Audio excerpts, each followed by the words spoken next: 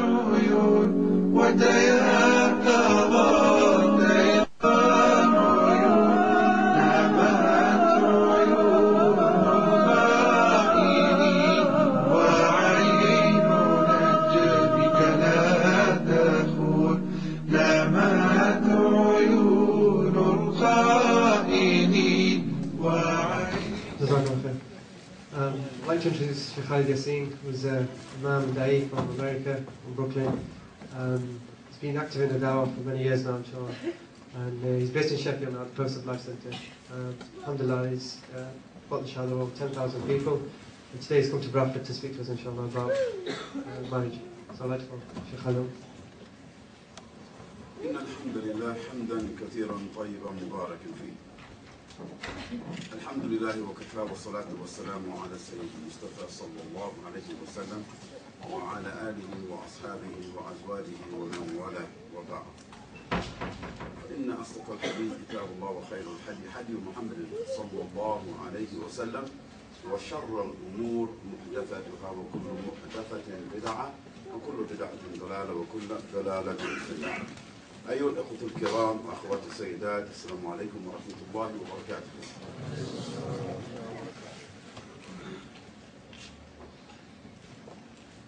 Dear brothers and sisters in Islam, I want to attempt to address a topic that may be unclear in the minds of many Muslims, or if it is not unclear in the minds of Muslims, it has become cluttered. It has become hazy. It has become difficult. It has become an issue of confrontation at times. It has become an issue of despair. And to highlight that point, I'd just like to bring you a statistic that perhaps some of you may not be aware of. A statistic in your country that you need to know about. It is stated in the most recent national census that there are approximately 1.8 million Muslims in the UK. And according to a sociological statistic that has been given by, there's 3 different statistics offered. I'm going to give you the middle statistic. At any given time, there are approximately 118,000 Muslim men and women who are of the age of marriage. And this statistic says most of those 118,000 will be single for at least 6 or 7 years of their period of time that they are available for marriage. Now, this is a very alarming statistic, especially when you take into consideration that the majority of that 118,000 are women. Yes,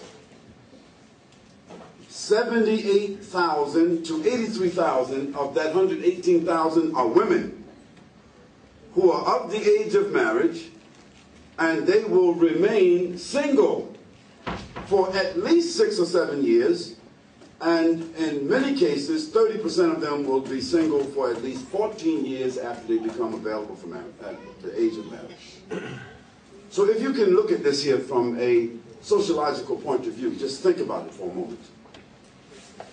Think about 118,000 young people between the ages of 15 and 30, generally, who will be looking for a husband or a wife, or will be looking at each other. Even if they're not looking for a husband or wife, they're just looking because young people look. Old people look too, but young people look more. They are going to school together in universities and high schools in which there's no barriers like this. Fortunately, the brothers rented this hall and they put this up in order to exemplify a reasonable amount of separation between men and women. But in most of the institutions that our children or your children will be raised in, from the time they go to grade school all the way until they get their PhD, DD, or whatever they go to get, they will not be having this separation. So they will be looking at each other, and they will be looking at kafirs also. This is another issue. But let's stay with the statistic of the Muslims themselves before I go into the body of this, so that you will understand some of the reasons of the things that I have to say to you. You'll get the impact of some of the things I want to say to you this evening. And Allah, He knows the best. I said 82,000 of those 118,000 will be looking for marriage or available for marriage at least 6 years before they find a prospect. So for the women, it means they will be at least 21 years old before they maybe look for a prospect. And in many cases, they will not find a husband or get married until they are 28, 27 years of age. So between 15 and that age, 82,000 Muslim women will be just dangling. The rest of the figure are men. Now the men, I'm talking about young men who are between the ages of 15 and 30.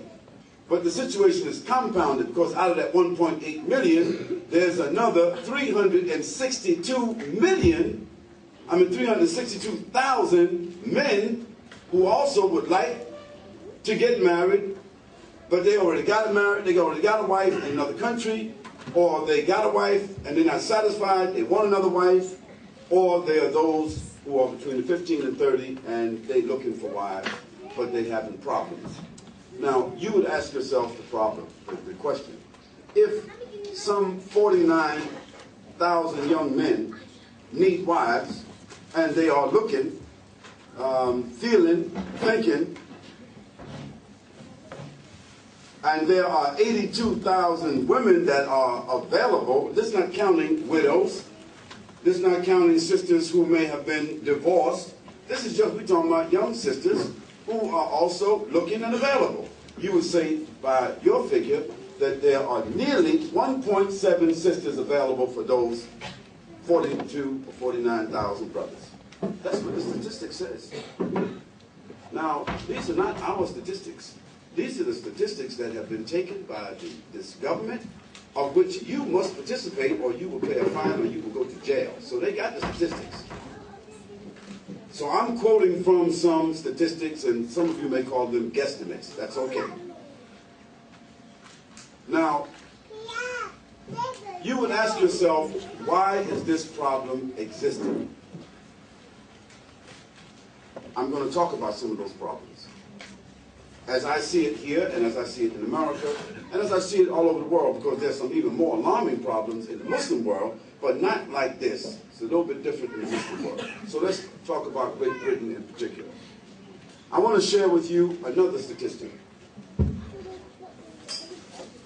Approximately 3,716 Muslim girls will get pregnant by non-Muslims every year. And because of the facility that is given to them in this country, they can have an abortion and not tell their parents anything. They can have a lunchtime abortion. That is, they go to school, go to the clinic, have an abortion, go back to school, or go back to work. Nobody knows anything except them and Allah.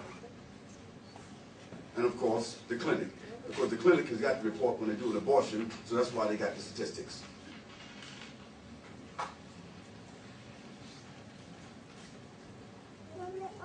Another statistic I want to share with you.